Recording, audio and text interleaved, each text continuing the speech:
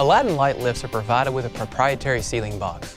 On standard mount models, the ceiling box is attached to the bottom of the motor unit. On remote mount models, it's attached to the bottom of the fixture pulley assembly. What holds the ceiling box under the pulley is a telescopic conduit. It allows the ceiling box elevation to be adjusted.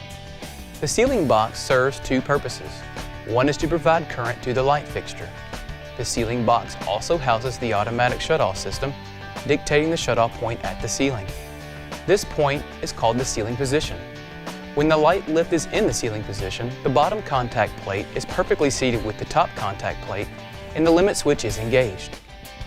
If there is a gap between the fixture canopy and the finished ceiling, the ceiling position can be adjusted. Simply adjust the ceiling box elevation by loosening the set screw and repositioning the box. When determining the light fixture location, note the depth of the ceiling joist. With 2x8s, it's common to frame up from the joist to build in more adjustability. Use 2x4 boards to frame up and the conduit set screw for fine-tuning. Aladdin Light Lift, Huntsville, Alabama. The original light lift system.